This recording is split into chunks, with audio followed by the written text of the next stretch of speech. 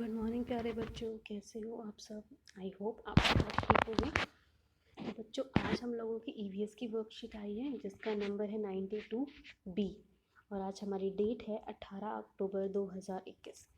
तो चलिए आज की वर्कशीट स्टार्ट करते हैं। नमस्ते प्यारे बच्चों, हम आशा करते हैं कि आप सभी स्वस्थ एवं सुरक्षित होंगे। प्यारे बच्चों, कई बार हम अपने आसपास आग लगने की खबरें सुनते हैं, जैसे कि किसी के घर में आग लगना, इमारत में आग लगना इत्यादि।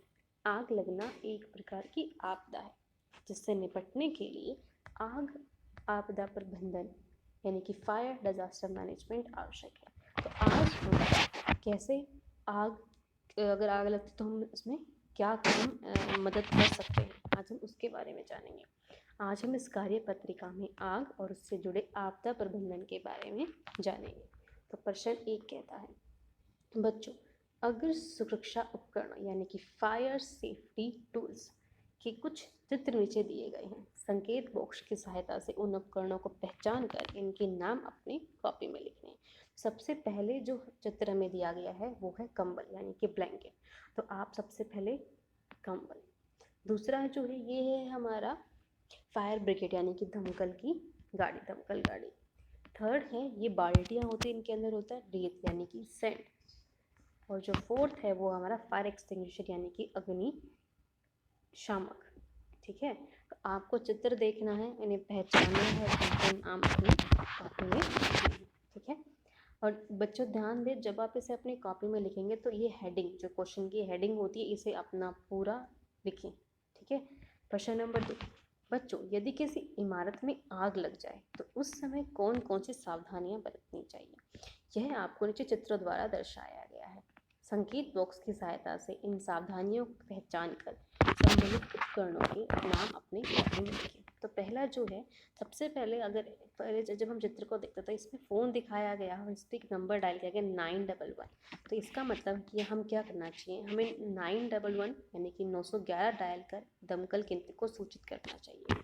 तो ये हमारा एक नंबर चित्र बताता है। दूसरा कहता है ये लिफ्ट है और लिफ्ट के ऊपर क्रॉस लगा हुआ है, यानी कि अगर कभी भी किसी भी बिल्डिंग में आग लग जाती है तो हमें लिफ्ट का प्रयोग नहीं करना चाहिए। तो हम यहाँ पर दूसरा नंबर डालेंगे। तीसरा कहता है एग्जिट, यानी कि जब भी कभी ऐसे आग लग जाती है तो आपने देखा होगा बस में, मेट्रो में या फिर आप ट्रेन में कहीं पर जाते तो वहाँ पर लिखा होता है कि आपातकालीन निकास यानी कि इमरजेंसी एग्जिट। वो इसीलिए होता है कि अगर कभी हमें इमरजेंसी हो यानी कि आग लग जाए तो हम उसको यूज़ कर सकें। तो ये थर्ड पिक्चर हमें बताता है कि हम आपातकालीन निकास का प्रयोग करें। फोर्थ है हमारा, इस पे लिखा भी हुआ है कि फायर अलार्म, कि अगर कहीं पर आग लग जाती है तो या तो आप इसे फायर अलार्म बजाते, पर आजकल ऑटोमेटिकली आता है कि अगर उन्हें लगता है कि धुआं उठ रहा है तो फायर अलार्म ऑटोमेटिकली अपने आप बजने लग जाते, तो आप इस पर फायर अलार्म बजाएं। ठीक है।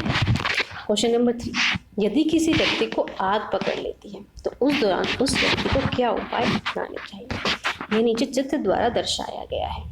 संकेत बॉक्स की सहायता से इन उपायों को क्रमानुसार अपनी कॉपी में लिखिए।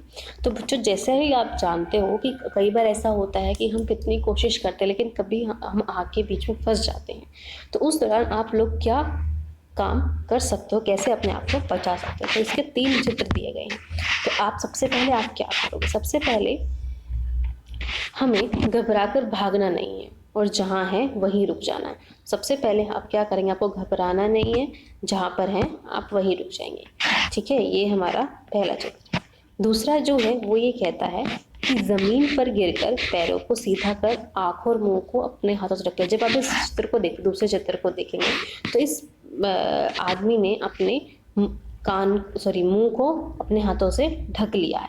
तो आप क्या करेंगे, ज़मीन पर गिरकर पैरों को सीधा कर आँखों और मुंह को अपने हाथों से ढक लेंगे।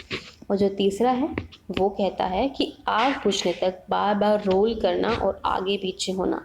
ठीक है, तो ये हमारा तीसरा है। अगर आप कभी भी कहीं ऐसी जगह होते हैं जहाँ पर कहीं पर आग लगी हुई है तो आप इन सावधानियों का प्रयोग करके बहुत से लोगों की जान बचा सकते हैं। इसे हम कहते हैं फायर डिजास्टर मैनेजमेंट यानी कि आग आपदा प्रबंधन। ठीक है, तो हमें ये चीज़ें सीखती रहनी चाहिए और जब हमें ज़रूरत हो तब हमें इसे इस्तेमाल में लाना चाहिए।